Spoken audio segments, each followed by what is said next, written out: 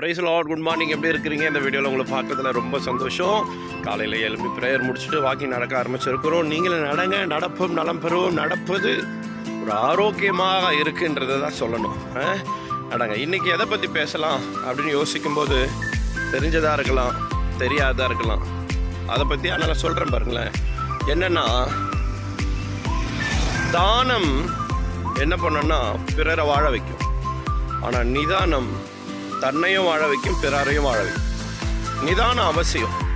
ஏன், சூடாக ஒரு டீ இருக்குது, காஃபி இருக்குன்னா அதை பிடிக்கிறோம் பாருங்கள். ரொம்ப சூடாக கொதிக்க ஆவி பறக்க கொடுப்பாங்க. ஆனால் அதை அழகாக குடிச்சு முடிக்கிறோம். டீ குடிக்கிற பழக்கம் இருக்குல்ல, காஃபி குடிக்கிற பழக்கம் இருக்குல்ல, அவ்வளோ சூடாக கொடுக்கறத என்ன பண்ணுவோம், அழகாக குடிச்சு முடிப்போம். அதுபோல் பல பிரச்சனைகள், சில தொந்தரவுகள் வரும்போது நிதானத்தை நம்ம கையாளணும். எப்படி சொல்கிறேன்னா, சில மோட்டர்லாம் பாருங்களேன், மோட்டர், ஃபேனு, காயில் போயிடுச்சு, இல்லாட்டினா பேரிங் போயிடுச்சுன்னா கடமுடா பயங்கர சத்தம் கேட்கும், கிரீஸ் இல்லைன்னா.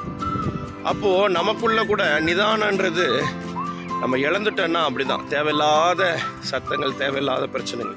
நிதானம் ரொம்ப அவசியம்னு சொல்ல வரேன். நிதானம் தன்னையும் வாழ வைக்கும், பிறரையும் வாழ வைக்கும்.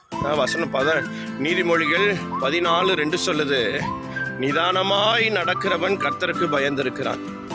1 கொரிந்தியர் 2:15 சொல்லுது, ஆவிக்குரியவன் எல்லாவற்றையும் ஆராய்ந்து நிதானிக்கிறான், ஆனாலும் அவனை மற்ற ஒருவனாலும் ஆராய்ந்து நிதானிக்க முடியாது. நீதிமொழிகள் 16:13 சொல்லுது, நிதானமாய் பேசுகிறவன் ராஜாவுக்கே பிரியமா இருப்பானா. நிதானமாக இருங்கன்னு சொல்லி உங்களை வாழ்த்துறேன். நீங்கள் எதை செஞ்சாலும் நிதானமாக இருங்க.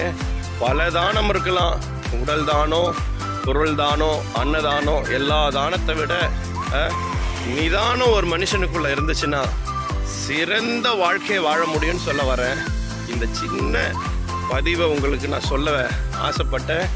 இன்னைக்கு இதை தெரிஞ்சு இதனுடைய யோசனைகளை யோசித்து இந்த நாளில் நடப்போம், நலம் பெறுவோம் என்று சொல்லி உங்களிடமிருந்து விடை பெறுகிறேன். பாய்.